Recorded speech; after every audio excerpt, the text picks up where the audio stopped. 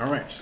So last week, when we were getting to the message last week, we were speaking about quite a few things, and really, I think the main focus of what we're talking about here is the one foundation that we find that we have to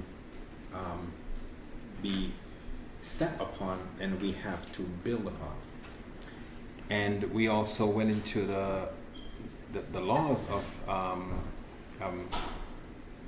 Yahweh, or the 613 laws, and we're looking at that as a code of the tabernacle of Yahweh being with men, or men really having the awareness of Yahweh, that he doesn't need to seek an ephod, because the ephod, which is the perfect standard, really would be in the individual. Because we went into the priest having the ephod, and one part of the ephod is the garment, and one part is this this oracle that people would get to find answers. But after we get into a certain area, we find that in this thing that will be in us, which is a spirit, we'll find that as we go living our lives, our eyes will not be far from our teacher, and our ears will not be far from our teachers, because we will hear. And this is not necessarily hearing with your ears. This is the intuitive body that you're taking, that you will have taken on, and so you will be opened up to the vibration of the Spirit, this Holy Spirit that Yahweh is going to give us if we're in the right place. And this is already going out. It's not something that is going to come to a particular day and then you get it. No, this is something you have a deposit. Our scripture says you have a deposit of this right now. And if you have a deposit of it, what you keep on doing, you have to fan the flame, because this is something that you have to keep moving. You have to keep going. But it's only a deposit. But it's that small flame that's in there. It's not big yet. It's not taken over everything yet, but the time will come that you will find yourself in that place that you won't need to be listening to this person over here to get something as to what the right thing to do in life, because you're going to have it.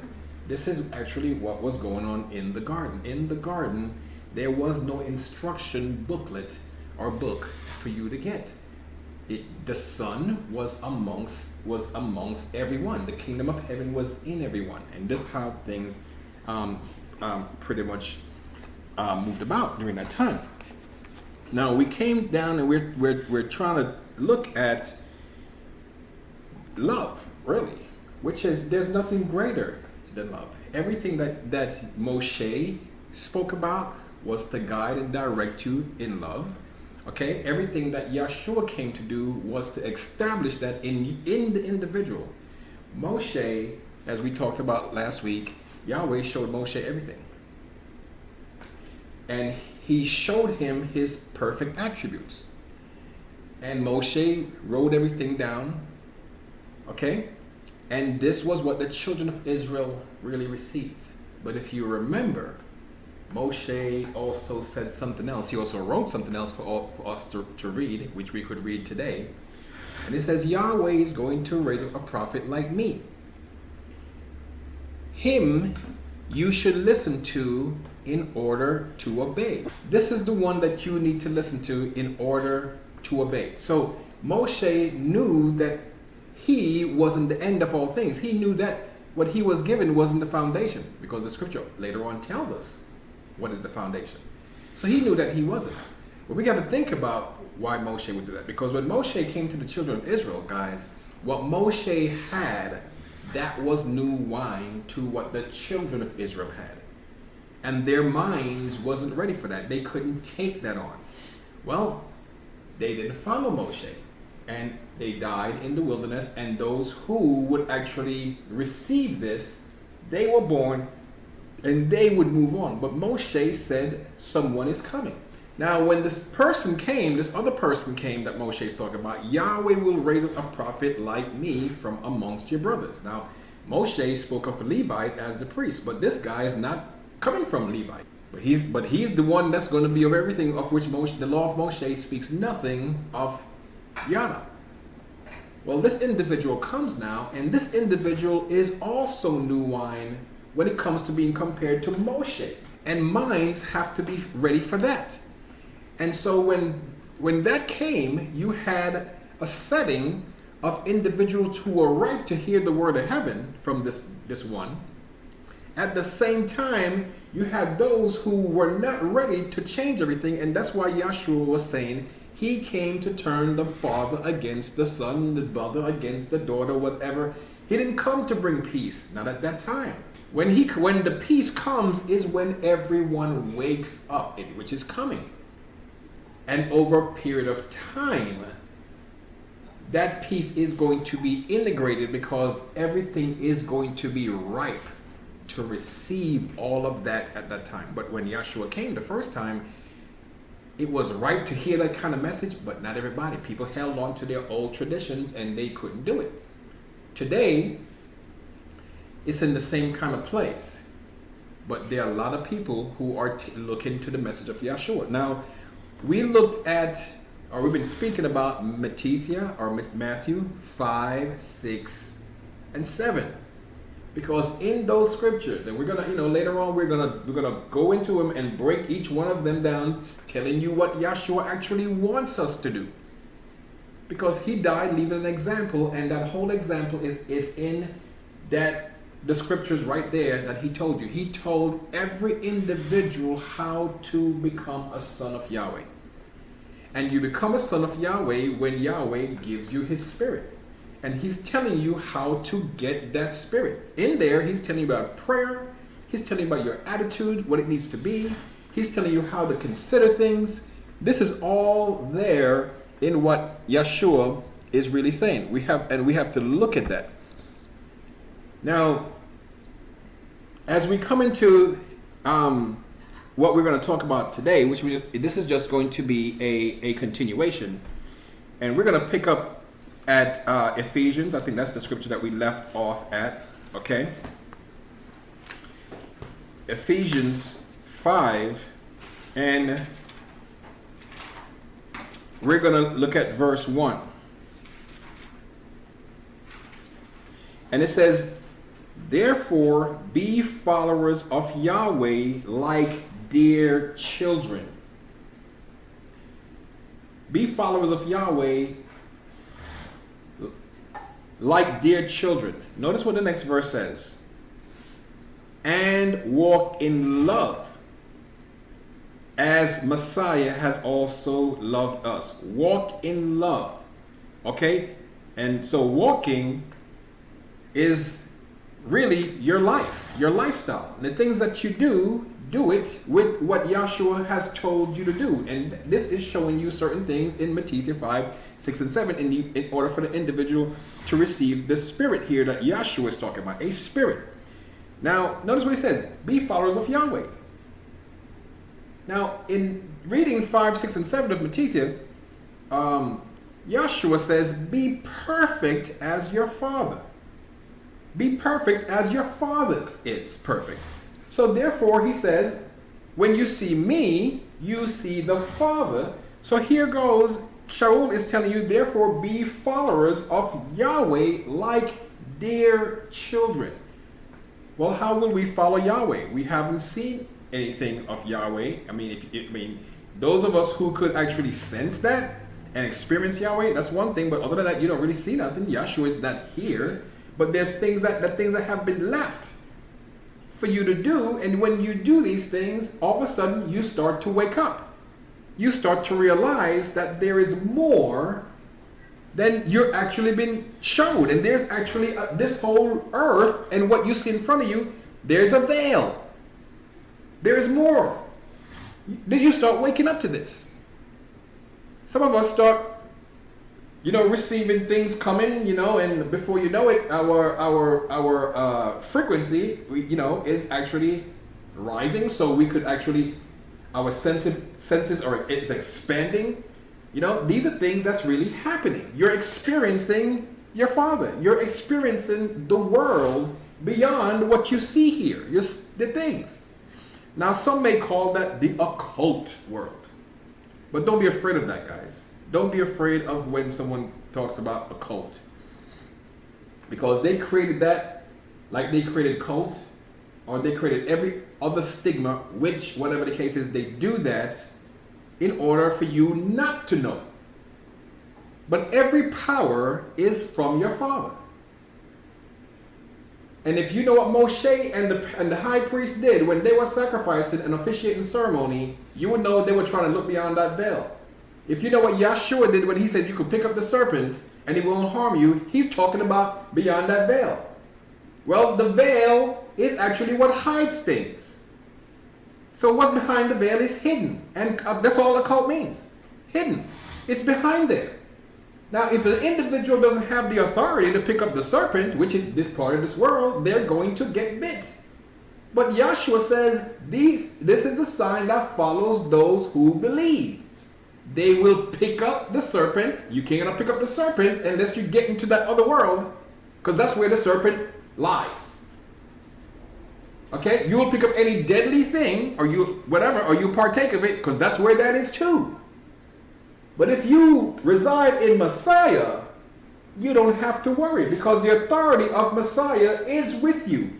And it authorizes you to pick up the serpent and not get bit. Simply because you follow Matthew 5, 6, and 7. That's all you have to do. And when you have become an adept to that, you don't have to worry, because all these powers are Yahweh's. When the scripture tells you that those who are going to be bound hand and foot and cast in the utter darkness, do you know why they are? Because they have no authority to be where they are. They have no authority. And of course, here comes something that is going to remove them from that area. And they're not going to like that, of course. Because then they're going to find that they're bound. They have no way of doing anything else. And here comes the weeping and the gnashing of what you call the teeth. But anyway, we're going to go a little further here. We're going to look into 1 Yochanan, okay, because we want to expand what Yahweh is telling us to do here. And so go over to 1 Yochanan 4, and let's look at verse 16 first. It says, "And we have known and believe the love that Yahweh has for us. Yahweh is love."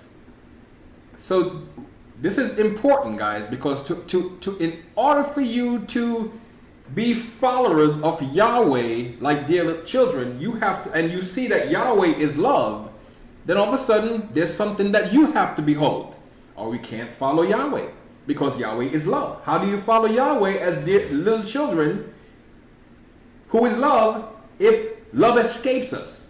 So we have to figure this out. Yahweh is love.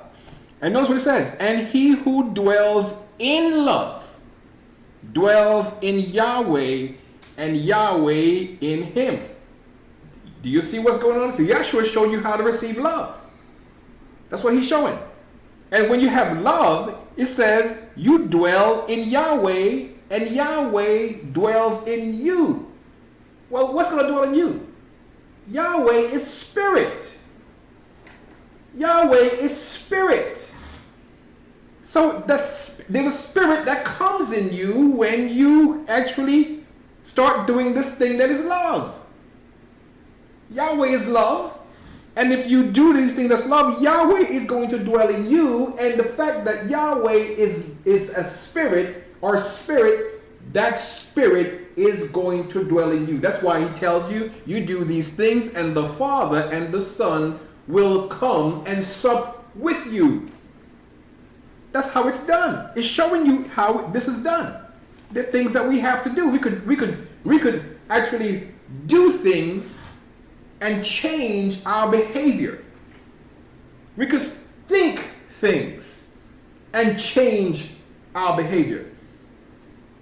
If we want to condemn that man because that man over there doesn't do the things that we said that we think should be done, because that's what it comes down to. Everyone thinks someone should be doing what they think is the right thing to do. But let the people be. We can't change anyone. We can only change ourselves. each individual, you do what Yahweh says to do. And if Yahweh tells you to speak to that man over there and speak to that one over there, well, that's what you do. You be an example to everyone. But it's not for me and you to change anyone. We can't do that. That's not for us. That's going to be for the Father, who determines what's going to be done. And that has been determined way before you come and you have company with this person, because Yahweh knows the end from the beginning. And Yahweh knows exactly why that individual is going to be hearing something that you're going to be saying today. He knows this. Whether that individual takes this thing or not, that's not really for us, because we have been commanded, if they don't take it, if they reject what you're saying, just brush off everything off your feet and move along. That's what we have been told to do. Brush everything off and move on. That's our part. Now we're going to go a little further here. Okay, so we're seeing that a spirit is going to be in us. If you could decipher that, Yahweh is a spirit, and if he who dwells in love dwells in Yahweh, who is love, and Yahweh the Spirit. Yahweh dwells in him. In this, our love is made perfect. Become perfect as your Father is perfect. That's what he's talking about. In this, your love is made perfect. So become perfect like your Father. Do what Yeshua said he showed you, 5, 6, and 7. Okay? And he tells you, if you dwell in this love, Yahweh, who is love, is going to dwell in you, and Yahweh is the Spirit that dwells in you. And in this, you become perfect like your Father, who is in heaven, is perfect. This is how it's done. That we may have boldness in the day of judgment, and there won't be a negative judgment to us, because we were able to become perfect like our Father in heaven is perfect. Why? Because we learned to love. Yes, the law of Moshe said you have to kick out this Moabite, but because Yahweh is abounded in mercy, okay, and compassion, he allowed that Moabite to come in because it pleased him. And when you become like Yahweh, guess what you're going to do? You have the same judgment. Your judgment is the same. You're going to look out for the best interest of the individual. And you're not going to do it by a book. You're not going to do it by a written code. Now, you're going to establish the written code, but you know that some things in the written code is not going to be advantageous at a certain time. Even though it's permissible, if you wake up, you can't do it because it's going to hurt somebody. And that law was not meant to hurt somebody. The law of Moshe wasn't put in to hurt. It says it's made for man. That means it's meant to benefit man. But you and I belong to Messiah. Something belongs to us. We belong to Messiah. The law of Moshe belongs to us. It's there to help us. But we belong to Messiah. Messiah is the saving body that's going to help everybody. First, you have to be saved, and therefore everyone else has to be saved. Okay, here we go. We go a little further. So we're going to be perfect in the day of judgment. And we're going to have boldness in the day of judgment. Why? Because we have actually gone through it and we see that, yeah, we love. We see that I don't have hatred for that individual over there no more. Okay? That has been moved. Why? Because the Spirit came and dwelled in you and actually moved that other thing that was in there. Because now light has entered into you, and where light enters in, darkness has to move out. Resist the devil. Darkness. How do you resist the devil? You put your mind on something, okay, that you're not going to do a particular thing, and you set your mind that you're going to do what the Father says to do, which is light, love. This is what we do. And the devil has to go. Of course, the devil don't go down quietly, because then the devil is going to attack you from outward means. But if you have love within you, the things outside of you will not take that love away. It can't. It could kill you, but it can't remove that love. I mean, it could kill the body, I should say, but it can't remove that love. So we're going to have boldness in the day of judgment, because as he is, so are we to become in this world. And he showed it how we become perfect. Therefore, there is no fear in love. You don't have to be afraid of this world that they call the occult. If you have love, you walk through that valley and shadow of death and you fear none of it. Because what? Yahweh is with you. He's with you. How is he with you? You have established love. Okay? Which Yahshua showed us how to do that. And Yahweh is love, and you dwell in him, and he dwells in you.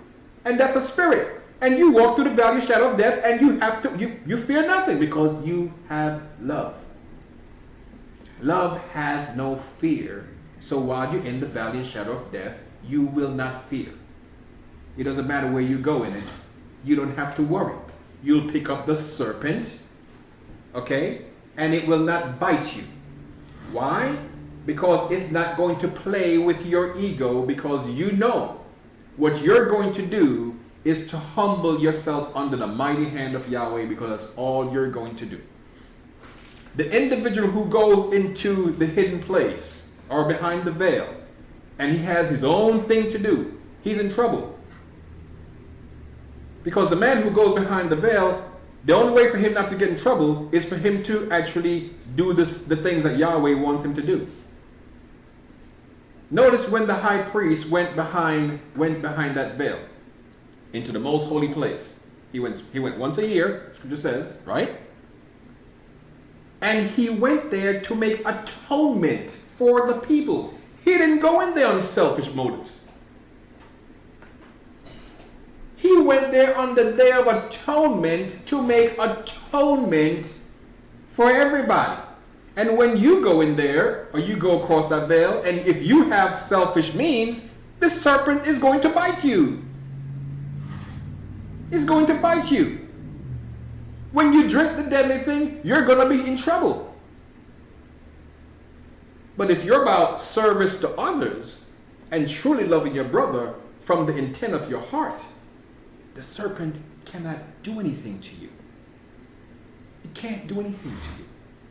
The deadly thing that you may drink that will be deadly to the next person, it can't get to you. Why? Because you have the Father, the Spirit of the Father, and the Spirit of the Father has come to you because you have learned to love. And Yahshua showed you how to love, that you may become sons of Yahweh. And I've shown that to you in the Scriptures.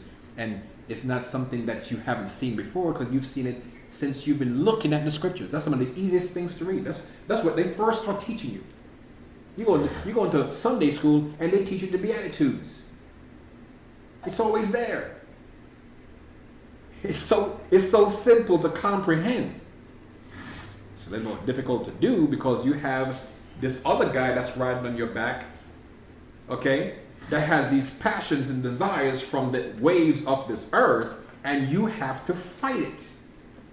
That's why it tells you resist it. Resist the devil. Yes, you want to rob your brother for your own gain. It's going to come back at you. It's going to come back. I want to tell a lie to this brother over here for my own gain. It's going to come back on me. Because that's not love. Whatever I do, I have to make sure the things that I do is going to create some kind of atonement, some kind of a oneness between myself, my Father, and that's what it's going to come down to. But I can't do it to my Father unless I do it to my brother. I have to do it to my brother.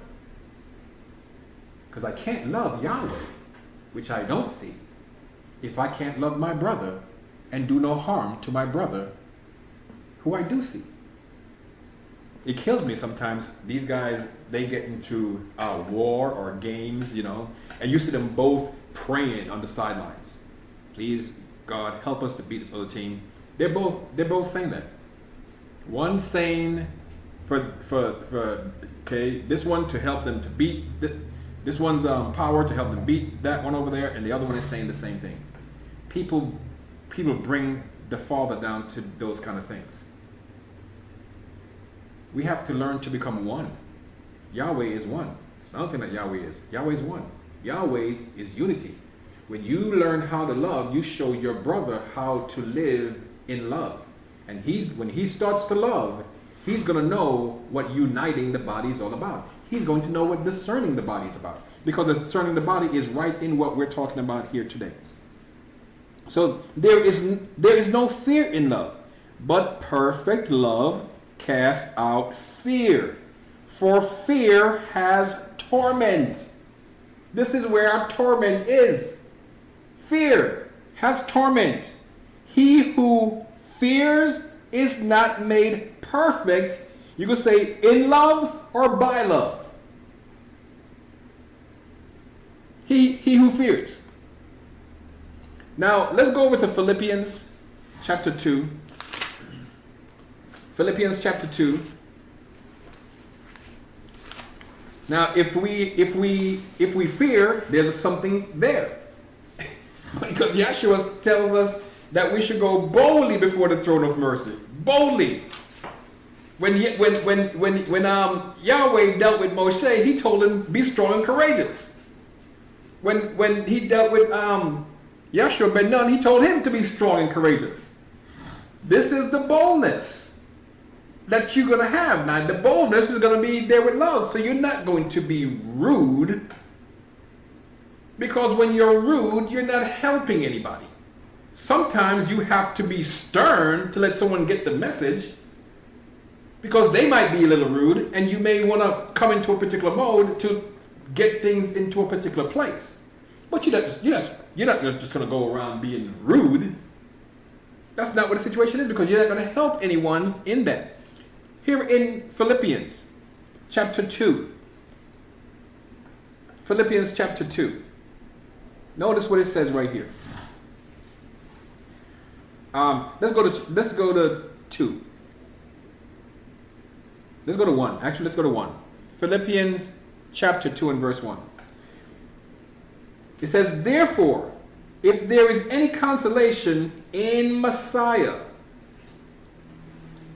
if any comfort in love, if any fellowship in the Spirit,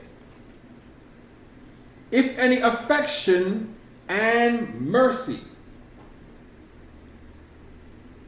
complete my joy by being like-minded, being one-natured. And that nature that you're going to have is the one that Messiah had. So any consolation in Messiah, any comfort in love, in the Spirit, in affection and mercy, we have to be like-minded in those things. Having the same love. The same love. Being united in one accord, in one mind. Now, people are going to think different things. But what's the important things?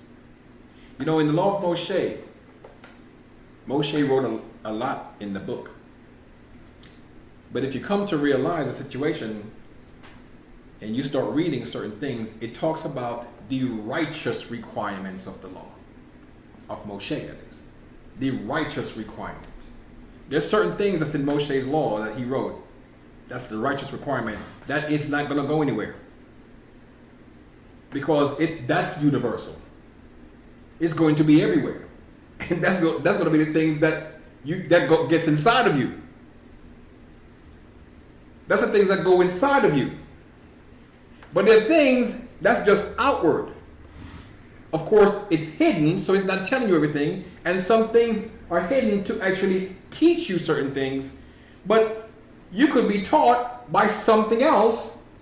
That's not necessarily what is written in there. Because if you didn't have that thing that's in that book to attach yourself to learn that particular principle, there are other things.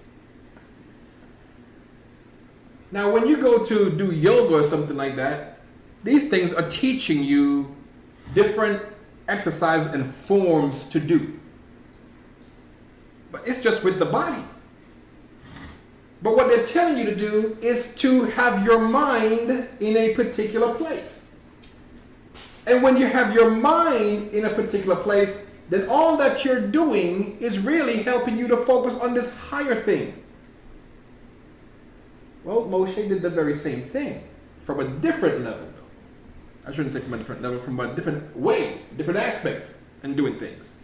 He says, you do this, but there's something that when the priest is doing this, in order to officiate that ceremony efficiently and properly, that priest, with what he attracts by the blood of animals, he has to know how to bless when he brings that thing in, because you could bless or curse with those things. As you saw Balaam, Balaam took those things in. Notice what Balaam did. Balaam went to make sacrifices. He went to kill some animals, because with the blood of those animals, he attracts elementals. And with that, if he knows that he was an oracle of Yahweh, so he had the right to command them. And he could say to this one, go and mess with those children of Israel and mess them up.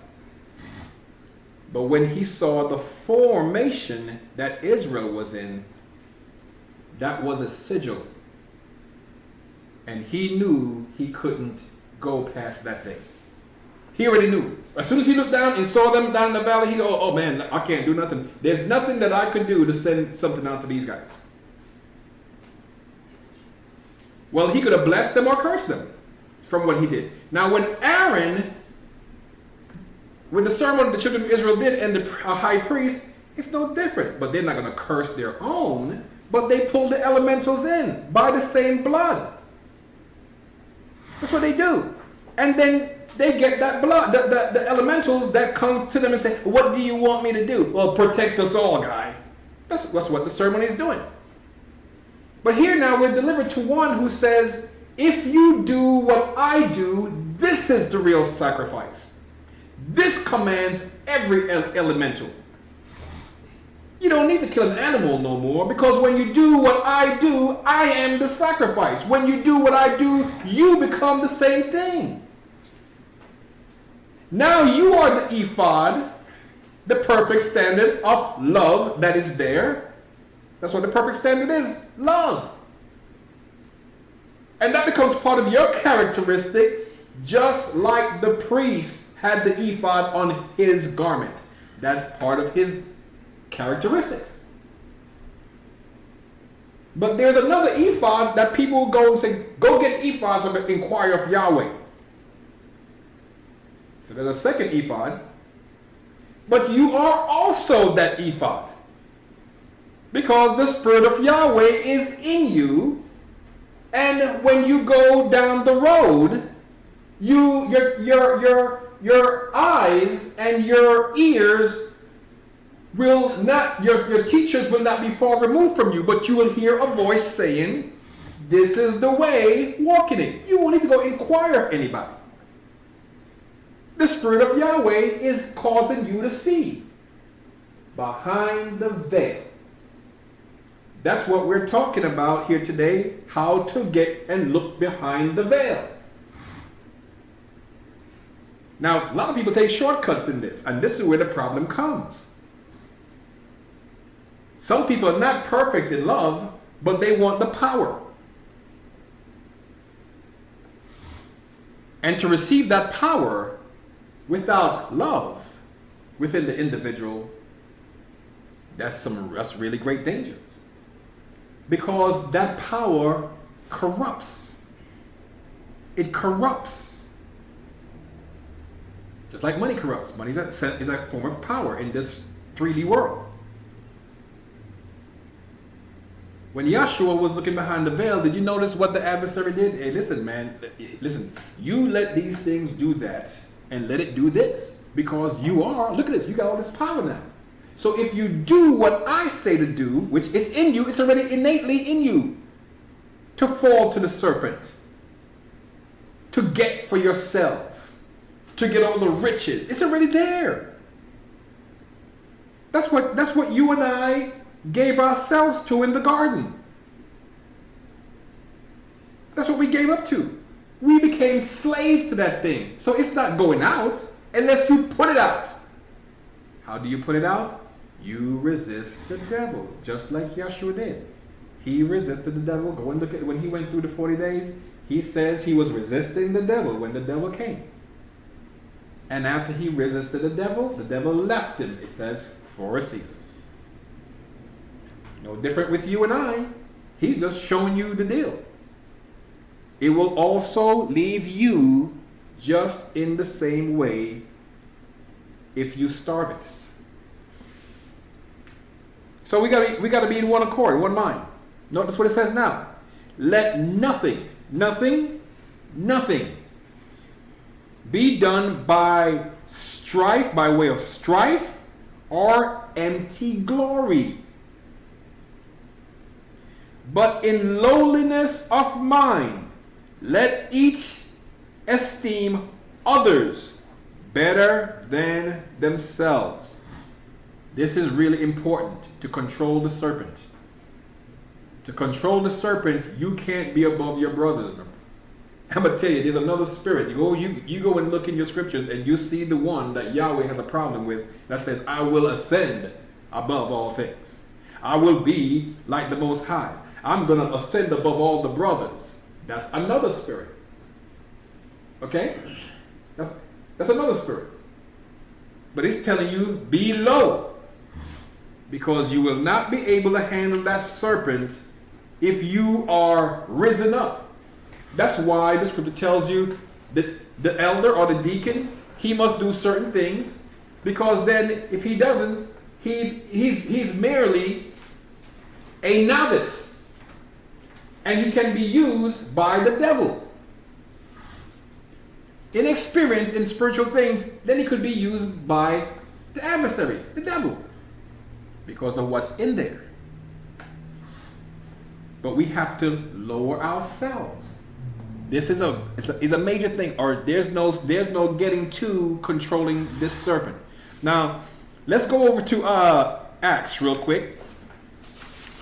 Acts chapter 20. There is no controlling of the serpent unless we make sure that we have come to a certain place within our persons. Acts chapter 20. Let's look at verse 19. Acts chapter 20, verse 19. Notice what it says here?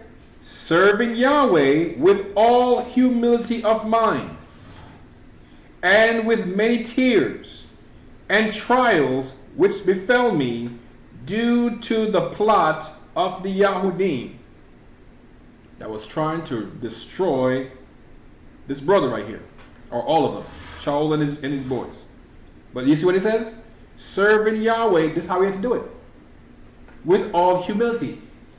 And Shaul had an issue there. Because Shaul told you that there was something in his flesh. Okay? A thorn, he called it. In his flesh. Now this thorn is not other people.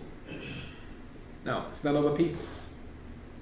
It's something in his own nature. That's the flesh. And something in his nature that he couldn't get rid of. And if you read the scriptures and read about Shaul, you see that he had a mouth on him. And sometimes he was moved, and he even challenged Kepha. When Kepha didn't know how to handle certain things or didn't know how to act around some of the Gentiles, he acted kind of funny, and he confronted Kepha out there with it. If you look at when the circumcision controversy came up, Shaul left where he was at, and he went to Antioch. And he wasn't having it. Look at it. That's a man that was moved by those passions. He had those very same passions when he went to knock off the apostles and the believers. He was moving in the same way. That very same passion was in there. And he said, I asked Yahweh to take this away from me a few times, but he said, my mercy. Do you see that? Even though these things are there and he's fallen, Yahweh is merciful. He is abounding in mercy. Even though this thing says this should happen to him, Yahweh kept him humble because it pleased Yahweh to keep him humble with that. Because Shaul had surpassingly great revelations. And so he would lift up himself. Yahweh put that thorn in there, and Shaul recognized it. And he said it, so that I wouldn't lift up myself like this. Yahweh put that thing right in there. So I gotta, I see that I'm not perfect. I have a weakness in there. So he's telling you what we have to do. Humility. Let's go over to Colossians 3. Colossians 3. There's humility. Colossians 3. Let's look at verse 12. Humility. Humility, guys. Therefore, in verse 12, Colossians 3 and verse 12. Therefore, as the elect of Yahweh, holy and beloved, he's telling you what to do. This is what Yahshua is telling you to do. This is actually the characteristics of Yahweh. These are among the attributes of Yahweh. He's saying, put on compassion, kindness, humbleness of mind, meekness, long suffering, he says right here, being patient with one another and forgiving one another if anyone has a complaint against another, just as Messiah forgave you, so you also must forgive. Notice what it says next.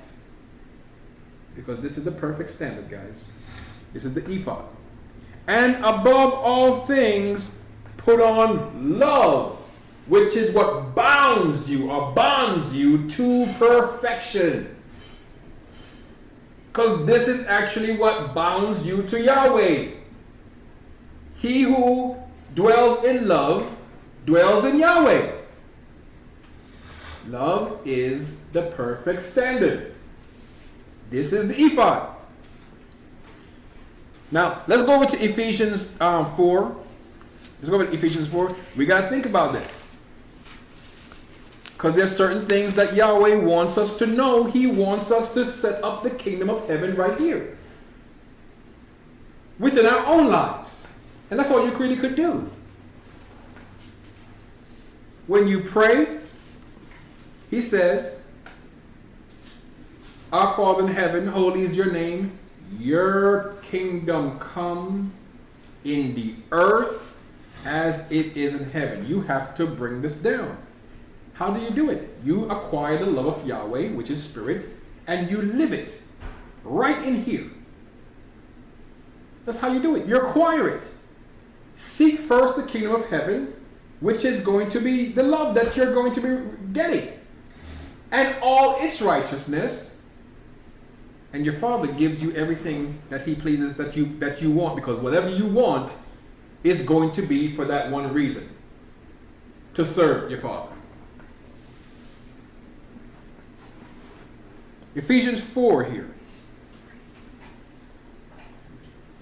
Let's look at verse 1.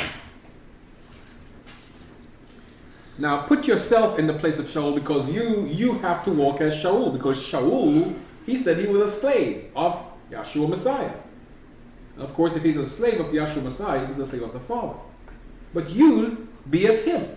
And think about what he's saying, because you have to understand these things, because you have to live it. He says, I therefore, the prisoner. You know what that means? When he says the prisoner of Yahweh, the prisoner of Yahweh or the servant of Yahweh, all this is, or a slave, is simply a royal servant. Because Yahweh is the king, the supreme king. Anyone who is going to be, in this word prisoner right here, really, when you look at it as prisoner, it's not necessarily, it's not giving you everything. Because prisoner, in a sense, mean locked up, and you can't get to do what you want to. No, you always have your choice to do what you want to. But this is talking about a servant who loves his ruler and will do nothing to hurt that ruler. And so he bounds himself to that ruler. That's the prisoner part. But the ruler didn't force him into prison. He joined himself there, and he ain't letting go. His ears is against that door and is awed. He is not going anywhere by his own choice. It says, I, therefore, the prisoner of Yahweh, or the royal servant of Yahweh, plead with you that you walk, or you live, you do things worthy of the call with which you were called. Notice the call in which you were called. Here goes, verse 2. The call in which you were called, my brother, so you become sons of Yahweh, is with all lowliness. This is being humble. Okay, and meekness. You see that? Long suffering, patience, bearing with one another. How? In the love that you receive when you do the things that Yahshua have told you to do. When you live according to the example of Yahshua, you're going to become perfect in love, and you're going to become perfect as your Father, who is love, and who will dwell in you with the same Spirit. There's a spirit involved here.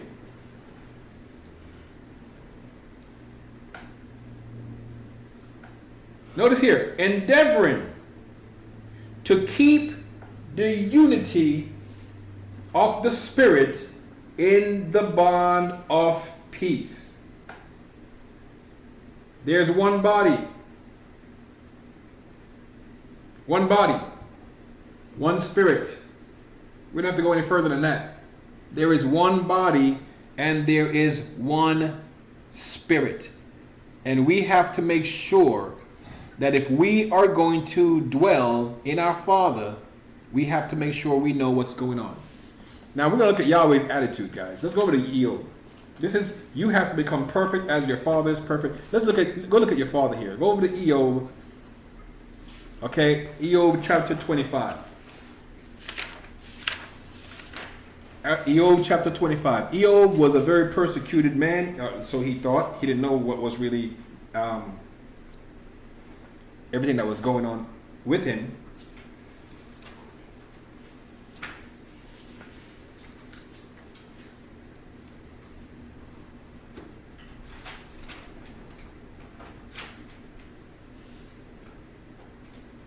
Okay, let's look at Eob 25 here. And verse 3. Okay? Now, it says here in verse 3, is there any numbering to Yahweh's army? Upon whom does his light not rise? Or you could say, you could use light there, but you could say something, on whom does he not allow it to rain? Because he gives rain to the just and the unjust, right? He lets the light come upon the just and the unjust too, right? This is the attitude of your Father. Let's go over to Psalms. Let's go over to Psalms 145. Psalms 145.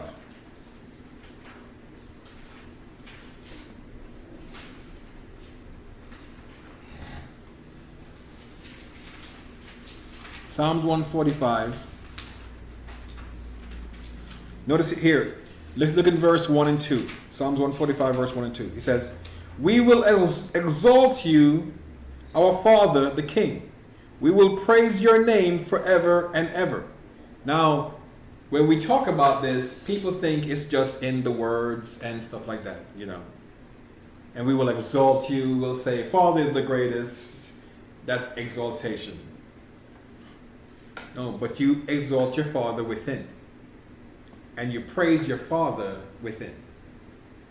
And from what you have within, you're going to act without. Outside, you're going to act.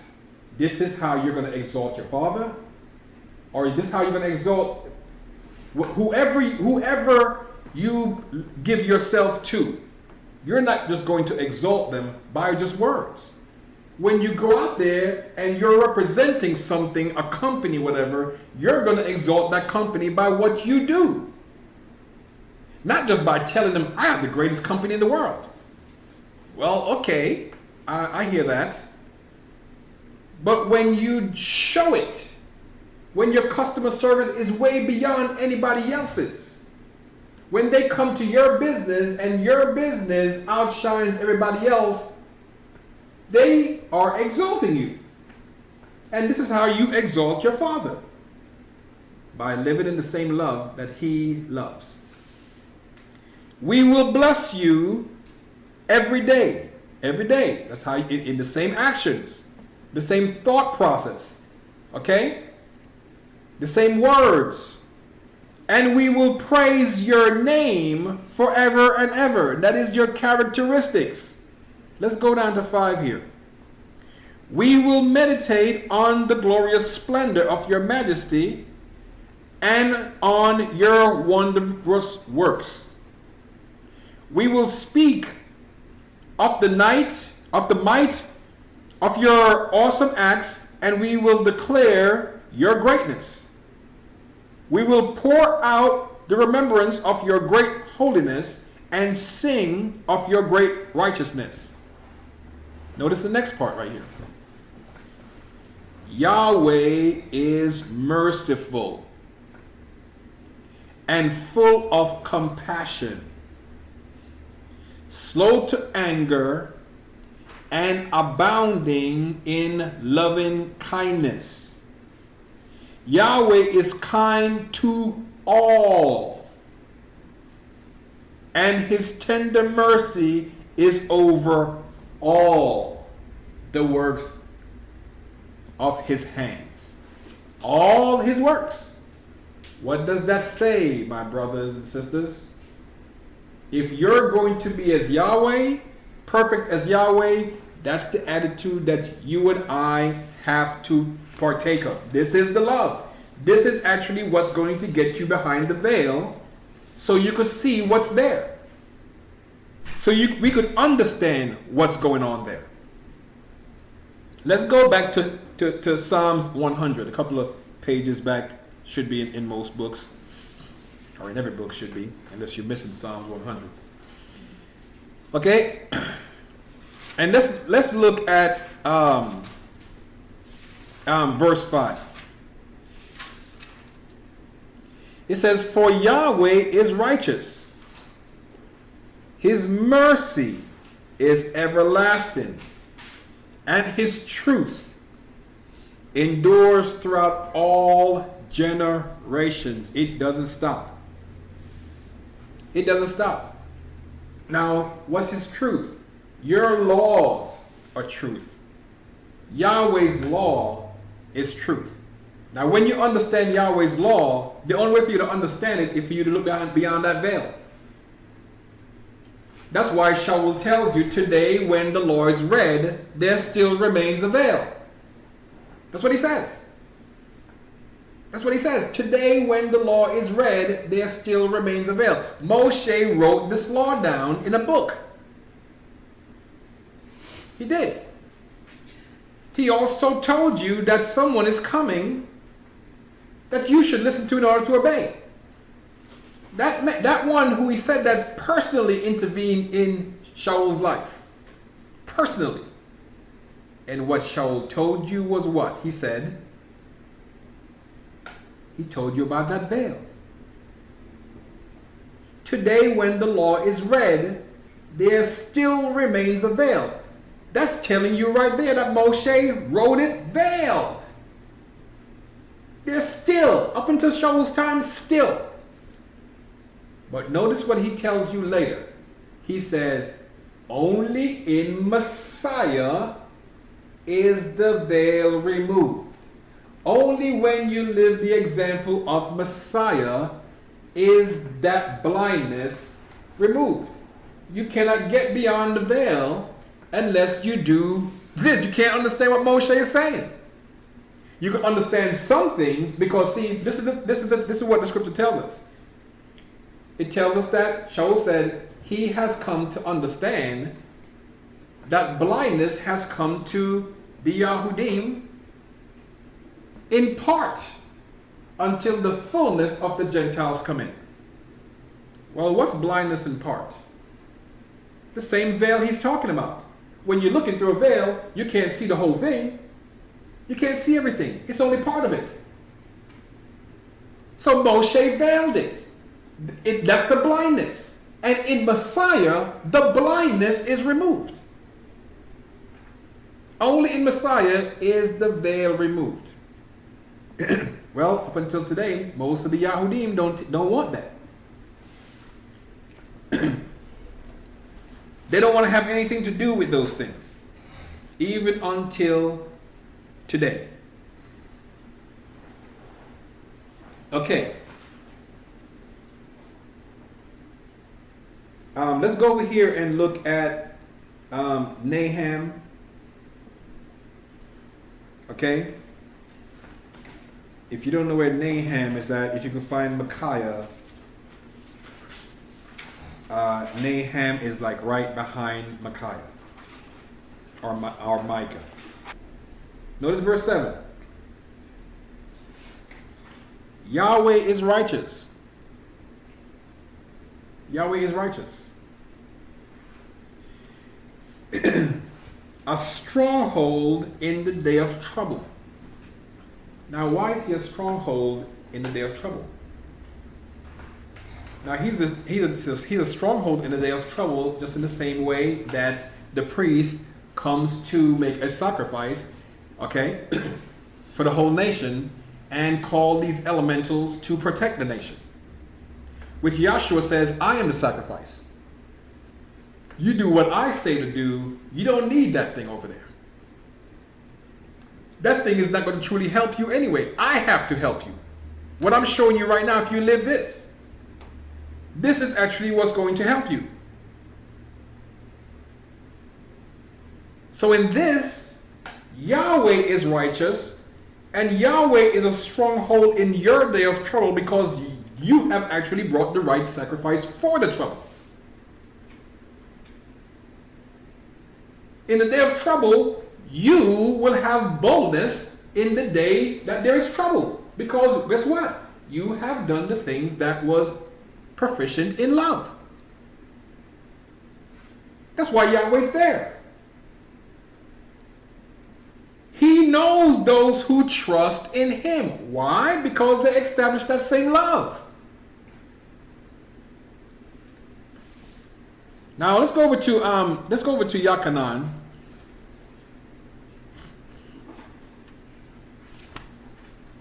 Yakanan 16. Yakanan 16. Because we have to come to know here that Messiah or Yeshua came to do some specific things, and he showed certain things. Now, if you're reading the book of Yahweh, there's a lot of things that Yeshua said right there in the Bible. But trust me, there are other things, books that are there that Yeshua speaks out of too. Lots of them. But you have to be able to see beyond the veil, so the serpent don't bite you or me. Let's look in 16, and let's look in verse 12. Here goes Yahshua. This Yahshua has so much. Notice what he says right here. In 12, he said, I still have many things to say to you, but you cannot bear them now. I got a lot of stuff I could tell you guys, but you can't bear them. Why? What were these brothers at? These brothers grew up on the food of the law of Moshe. But Yahshua, who could get beyond the veil, is telling them, I got many things I could tell you, but you can't bear them. Imagine what's beyond the veil. That these brothers couldn't handle it, even though they had been with Yeshua already. He could still tell them things which they would not be able to bear. And they came up growing up under the letter of a law that was given to their whole nation. And this brother said, I could tell you things, but I can't tell you now. And he wouldn't, because he didn't want to shipwreck their faith. Notice what he said next. However, when Yahweh's Spirit of truth comes, which you're going to get, brothers and sisters, when you actually purge darkness out of you through the light of love, you're going to receive this too. When the Spirit of truth has come, it's going to guide you into all truth. It's going to guide you. That thing is going to guide you. Whether you're driving down the road and you see a billboard that speaks to you, it did that. Whether someone comes around the corner and tells you something, it did that. Because it's guiding you. It's guiding you. Whether you're hearing this message today, and this message today is speaking to you, it's doing that. It's guiding you. For you to understand what everything is. That there is a veil, and there is more beyond the veil. And if you're not ready for it, it shouldn't be spoken to you, because it can't be bore. You can't bear it right now. But when the Spirit of truth comes, you don't have to worry about another man telling you, because the Spirit is going to guide you just how you need to be guided. And it's going to give you your daily bread, okay? And it's going to deliver you from the evil one if you are living the example of Messiah. And as it gives you your daily bread, you're going to be guided into all truth. This is a spirit. Do you have to go look into a book to find out what's going on? No. But if the Spirit drives you in that book, you go in there and look, you'll see. But you won't have a morbid interest in words. Turn over this word, turn over that word. You won't need to. The Spirit will give it to you. You look at the butterfly, the Spirit will tell you what's going on. You go out there in nature and feed some water to some trees, and it'll talk to you then too. One will be there telling you, go this way. This is the way. This is a spirit. It's a spirit, and you don't have to worry about it. You don't have to be afraid. There's no need for you to be afraid. You could look beyond that veil. Just make sure you have the right shield, which is love, which is the perfect standard. We're going to stop here, really. I was going to finish reading this right here. We're going to really cut off right here. Notice it says, however, when the Spirit of truth has come, it will guide you into all truth. How does it do it? For it will not speak on its own, and if it's in you, you're not going to do it either. But whatever it hears, it will speak, and it will show you things to come. If you abide and you dwell in love, Yahweh is going to dwell in you. How? It's a spirit. So that your love will be made perfect. And this is how you learn to become perfect, like your Father in heaven is perfect. May your Father in heaven richly bless your understanding today. And that's all I have to say to you.